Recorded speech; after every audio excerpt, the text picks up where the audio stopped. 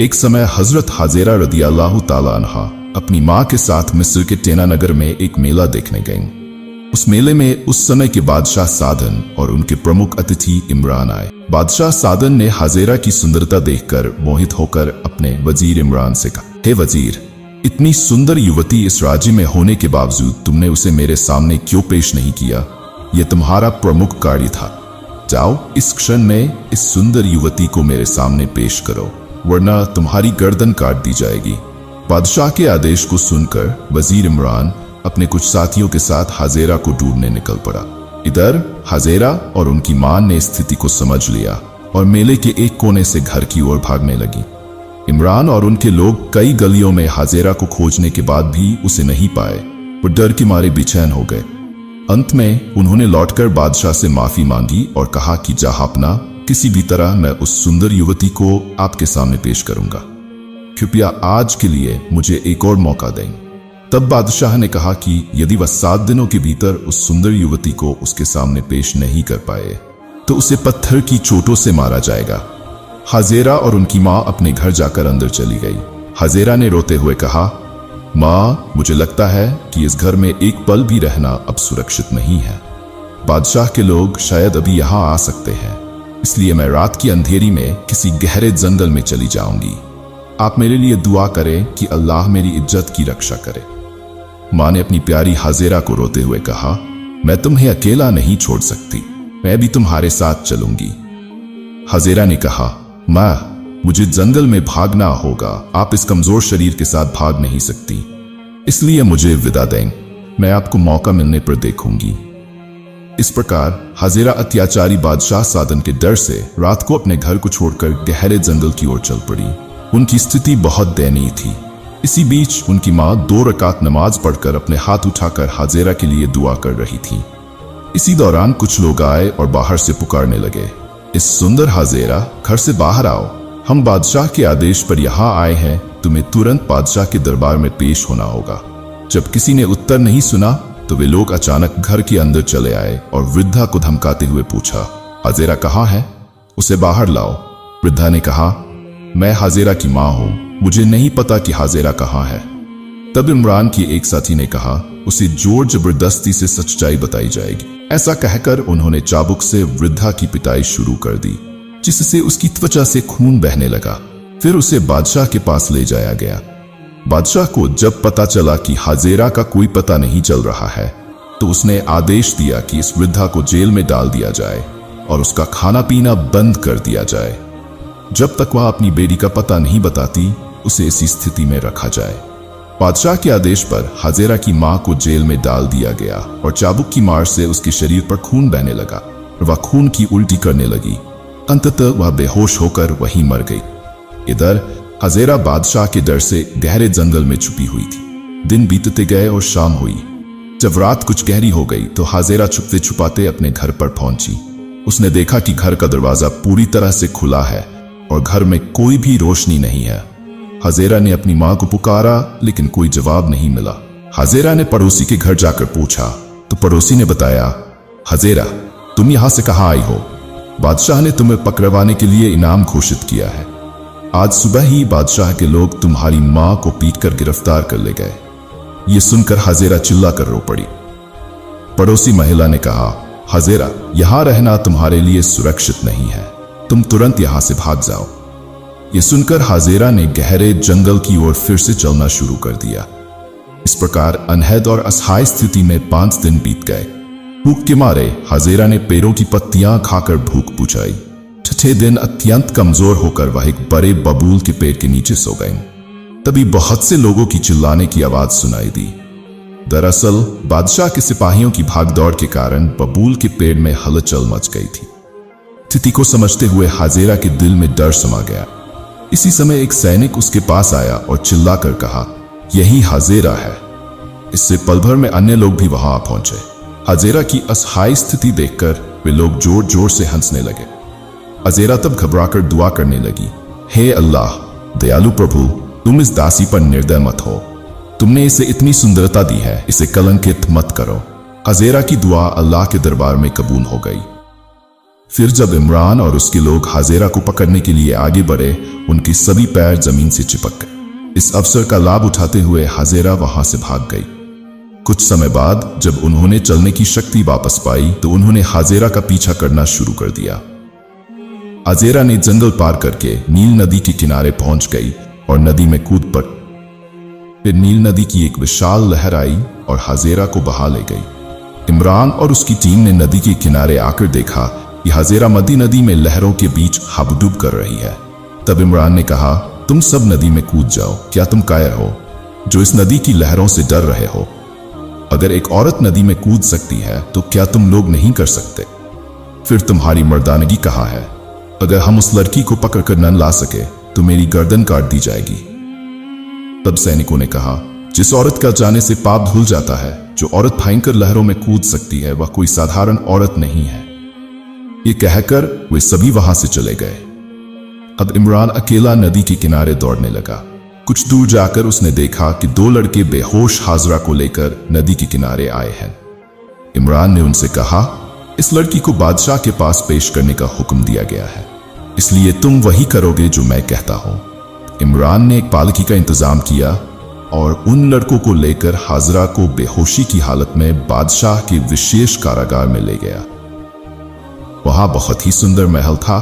सोने का बिस्तर, पलंग, मोती और जवाहरात की झाड़ फानूसें, सब कुछ मौजूद था। वहां की सारी पहरेदार औरतें थीं। कोई भी आदमी वहां जाने की हिम्मत नहीं करता, क्योंकि बादशाह साधन वहां सुंदर महिलाओं के साथ अपनी कामों की इच्छाओं की पूर्ति करता था। कुछ समय बाद अचानक हाजरा को होश आ गया। तब उसने पूछा, मैं यहां क्यों हूं? तब एक महिला पहरेदार आगे आकर बोली, मां, आपके लिए यह महल सजाया गया है, अब से आप यहीं।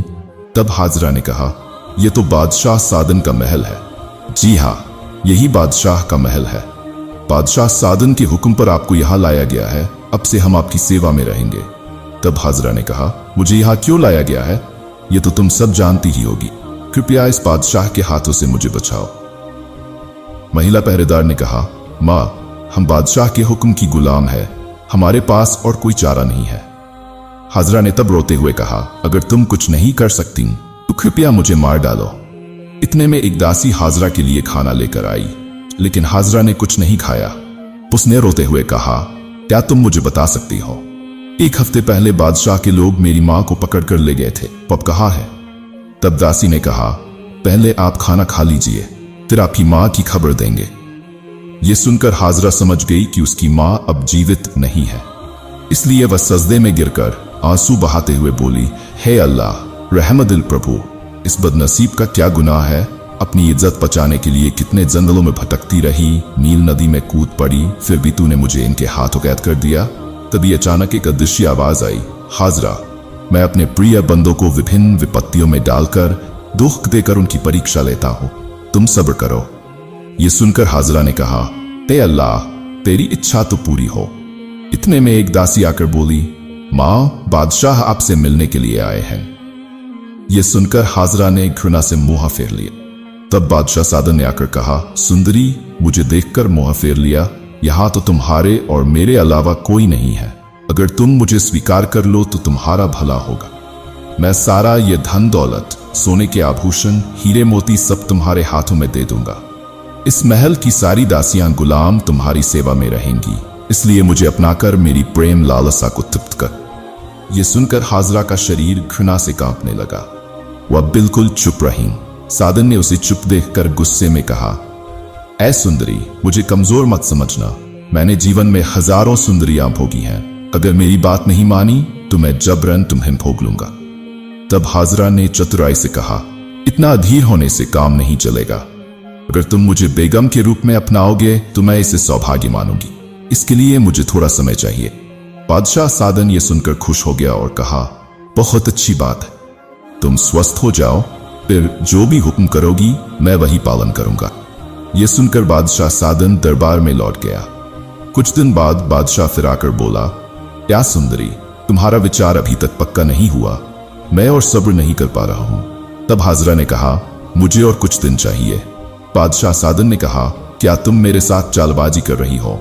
सावधान, भूलना मत, तुम मेरे हाथ से बच नहीं सकती। मैं तुम्हें सिर्फ 3 दिन का समय दे रहा हूं। अगर राजी न हुई तो मैं जबरन तुम्हें भोगूंगा। ये कहकर साधन चला गया। हजरा तब रोते हुए अल्लाह के दरबार में दुआ करने लगी, हे अल्लाह, दयालु प्रभु, मेरा शरीर, मन, सम्मान सभी कुछ तेरे ही हाथों में समर्पित कर रही हूं, तू ही मुझे बचा। बादशाह शराब पीकर हाजरा के पास जाने के लिए हाथ पर आया। हाजरा चीख कर बोली, हे अल्लाह, मुझे बचा लो। ये कहते हुए हाजरा घर के एक कोने में कूद पड़ी, जिससे बादशाह उन्हें पकड़ नहीं पाया। इसी बीच बादशाह साधन की आंखों में भयंकर दर्द शुरू हो गया और थोड़े ही समय में वह अंधा हो गया। उसकी चीख सुनकर सभी उसे पकड़कर उसके कमरे में ले गए, लेकिन कोई फायदा नहीं हुआ। उसकी दोनों आंखें पूरी तरह से अंधी हो गई। इस प्रकार हाजरा उसके चंगुल से बच गई। कुछ समय बीतने के बाद एक दिन बादशाह साधन हाजरा के पास आकर गिड़गिड़ाने लगा, हे पवित्र महिला, मैंने आपके साथ जो अन्याय और अत्याचार किया है, कृपया मुझे माफ कर दो और मेरे लिए अल्लाह से दुआ करो कि वह मेरी आंखों की रोशनी वापस दे दे। बादशाह साधन के बार बार रोने पर हाजरा ने उसके लिए अल्लाह से दुआ की और बादशाह की आंखें ठीक हो गईं। ठीक होने के बाद डर के मारे बादशाह साधन ने फिर कभी हाजरा की ओर बुरी नजर नहीं डाली, लेकिन उसने फिर से अपने वजीर इमरान को हुक्म दिया, तुम हर दिन नई सुंदर महिलाओं को मेरे सामने लाओ और शादीशुदा महिलाओं के पतियों को मारकर उनकी पत्नियों को मेरे पास लाओ। इसी बीच इब्राहिम अलैहिस्सलाम अपनी पत्नी सारा को लेकर मिस्र के पास से गुजर रहे थे। वह अपनी पत्नी को लेकर चिंतित हो गए, क्योंकि अगर बादशाह के सैनिकों ने देख लिया तो मुसीबत हो जाएगी। अंत में इब्राहिम अलैहिस्सलाम ने बीबी सारा को एक संदूक में डालकर उसे ऊंट की पीठ पर रखकर यात्रा शुरू की। रास्ते में बादशाह के सैनिकों ने इब्राहिम अलैहिस्सलाम को रोककर कहा, तुम अपने संदूक को खोलो। इब्राहिम अलैहिस्सलाम ने कहा, संदूक खोलना मेरे लिए असुविधाजनक है, तुम इसका वजन तौल लो और मैं वजन के हिसाब से तुम्हें पैसे दे दूंगा। लेकिन सैनिक इस प्रस्ताव को मानने को तैयार नहीं थे। वे बहस के बाद खुद ही संदूक खोलकर हैरान रह गए। उन्होंने एक अति सुंदर युवती को देखा। तब इब्राहिम अलैहिस्सलाम ने अल्लाह से दुआ की, हे अल्लाह, मेरी पत्नी सारा की इज्जत की हिफाजत कर और बादशाह साधन को हिदायत दे। इसके बाद सैनिक उन्हें राज दरबार में ले गए। बादशाह साधन ने इब्राहिम अलैहिस्सलाम से पूछा, यह सुंदर महिला तुम्हारी क्या लगती है? इब्राहिम अलैहिस्सलाम ने कहा, वह मेरी छोटी बहन है, क्योंकि अगर उन्होंने अपनी पत्नी बताया होता तो उन्हें मार दिया जाता, इसलिए उन्होंने बहन कहा। बादशाह ने कहा, अपनी बहन को मेरे पास छोड़ दो। इब्राहिम अलैहिस्सलाम ने कहा, वह एक स्वतंत्र महिला है, वह अपनी खुद की मालिक है, इसलिए उससे ही पूछो। बादशाह साधन ने तब सैनिकों को आदेश दिया, इस आदमी को जेल में बंद कर दो और महिला को मेरे निजी कक्ष में रख दो। निर्देश के अनुसार ऐसा ही किया गया। कुछ समय बाद बादशाह साधन बीबी सारा के पास आकर बोले, हे सुंदर महिला, क्या तुम मेरे प्रस्ताव को स्वीकार करती? तब बीबी सारा ने कोई जवाब नहीं दिया और एकाग्रता से अल्लाह का जिक्र करती रही। बादशाह साधन ने कहा, तुम उत्तर दो या न दो, इससे मुझे कोई फर्क नहीं पड़ता, मैं तुम्हें भोग कर ही रहूंगा। इसके बाद बीबी सारा ने कहा, तुम किससे बात कर रहे हो? क्या तुम्हें अल्लाह का डर नहीं है? बादशाह साधन हंसकर बोला, मैं किसी से नहीं डर। यह कहकर वह बीबी सारा की ओर बढ़ने लगा, लेकिन वह अपने पैर नहीं हिला पा रहा था, जैसे उसके पैर जमीन से चिपक गए हो। तब बादशाह चिल्लाया, तुमने मुझ पर जादू किया है, यह तुम्हारी चाल है? यह कहकर उसने अपनी पूरी ताकत से छलांग लगाई ताकि वह अपनी कामों की इच्छा पूरी कर सके, लेकिन वह उलटकर गिर गया और उसका माथा फट गया और उसने अपनी बची हुई आंख की दृष्टि भी खो दी। इस बार बादशाह ने कहा, तुमने मेरी आंखों पर जादू किया है, आज से तुम मेरे जेल में कैद रहोगी। आज हो या कल, किसी भी दिन तुम मेरे हाथ आओगी। तब बीबी सारा ने कहा, मैंने जादू नहीं किया, मैं नबी इब्राहिम अलैहिस्सलाम की पत्नी हूं। तुमने अल्लाह के नबी इब्राहिम अलैहिस्सलाम को जेल में बंद कर रखा है और उनके साथ बुरा व्यवहार किया है, तुम्हें कड़ी सजा भुगतनी होगी। अगर बचना चाहते हो तो अल्लाह के नबी को रिहा कर दो और उनसे माफी मांगो। ये सुनकर बादशाह साधन के दिल में एक कसक उठी और अचानक उसके मन में परिवर्तन आ गया। बादशाह साधन ने इब्राहिम अलैहिस्सलाम और बीबी हजरा को रिहा कर दिया। हजरत इब्राहिम अलैहिस्सलाम रिहा होकर बादशाह साधन से पूछते हैं, हे बादशाह, तुम्हारी यह हालत क्यों है? बादशाह साधन तब रोते हुए कहता है, मैंने नासमझी में आपसे बहुत अन्याय और अत्याचार किया है, आपके साथ दुर्व्यवहार किया है। ईफा आप मुझे माफ कर दें, मैंने जीवन भर बहुत अन्याय किया है। अल्लाह से माफी मांगने की मुझ में हिम्मत नहीं है। मैं कैसे मुक्त हो सकता हूं? आप तो अल्लाह के नबी हैं। कृपया मेरे लिए दुआ करें कि अल्लाह मुझे माफ कर दे। तब इब्राहिम अलैहिस्सलाम ने कहा, तुम तौबा कर अल्लाह से माफी मांगो। अगर तौबा करके पवित्र मन से माफी मांगोगे तो निश्चय ही महान अल्लाह ताला तुम्हें माफ कर देंगे। ये सुनकर बादशाह सादन ने आजीवन सभी बुरे कर्म छोड़कर अल्लाह के दरबार में माफी की गुहार लगानी शुरू कर दी। उसकी आंखों से आंसू बहने लगे, जिससे उसकी अंधता दूर हो गई और दृष्टि वापस आ गई और उसकी चलने की ताकत भी वापस आ गई। तब बादशाह सादन ने कहा, हे अल्लाह के नबी, मुझे अपने धर्म में प्रवेश कराए। बादशाह सादन ने इब्राहिम अलैहिस्सलाम का सच्चा धर्म अपना लिया और कहा, हे अल्लाह के नबी, आप मेरे ये सभी धन संपत्ति और राज्य लेकर मुझे मार्गदर्शन दें। तब इब्राहिम अलैहिस्सलाम ने कहा, मैं तुम्हारा राज्य लेने नहीं आया, मैं अल्लाह के दिए हुए दायित्व को निभाने आया हूं। तुम अपने राज्य के मार्ग पर रहो और न्याय करो। तब बादशाह ने कहा, आप अपनी पत्नी के साथ मेरे इस राजमहल में निवास करें। इब्राहिम अलैहिस्सलाम ने कहा, अल्लाह ने मुझे एक जगह बैठकर आराम करने के लिए इस दुनिया में नहीं भेजा है, बल्कि लोगों को सही मार्ग दिखाने के लिए भेजा है। इसलिए यहां रहना मेरे लिए संभव नहीं है। इसके बाद बादशाह सादन ने इब्राहिम अलैहिस्सलाम से कहा, हजरत, मैंने हाजरा नामक एक मिस्र की सुंदर महिला को पकड़कर अपनी जेल में बंद कर रखा था। उसे भोगने के लिए मैंने अपनी दृष्टि खो दी। मैंने अपने जीवन में कई महिलाएं देखी है, लेकिन 2 महिलाएं मुझे मोहित कर चुकी हैं। वे हैं आपकी पत्नी बीबी सारा और मिस्र की सुंदर महिला बीबी हाजरा। वर्तमान में वह मेरी जेल में कैद है, लेकिन उसे कैद में रखकर उसकी कीमती जिंदगी बर्बाद करने का कोई अर्थ नहीं है। अब मैं क्या करूं और इस पवित्र महिला को किसके हाथ सौंपूं? अब आपको जैसे महान व्यक्ति अल्लाह के नबी को पाकर मैं समस्या से छुटकारा पाना चाहता हूं। आप हाजरा की जिम्मेदारी लें। हजरत इब्राहिम अलैहिस्सलाम किसी अजनबी युवती की जिम्मेदारी लेने को तैयार नहीं थे, इसलिए वह जवाब नहीं दे रहे थे। अचानक बीबी सारा बोल उठी, अब से हाजरा की जिम्मेदारी मैं लेती हूँ, तुम उसे मुक्त कर दो। फिर हजरत इब्राहिम अलैहिस्सलाम बीबी सारा और हाजरा को लेकर यरूशलेम की ओर रवाना हुए।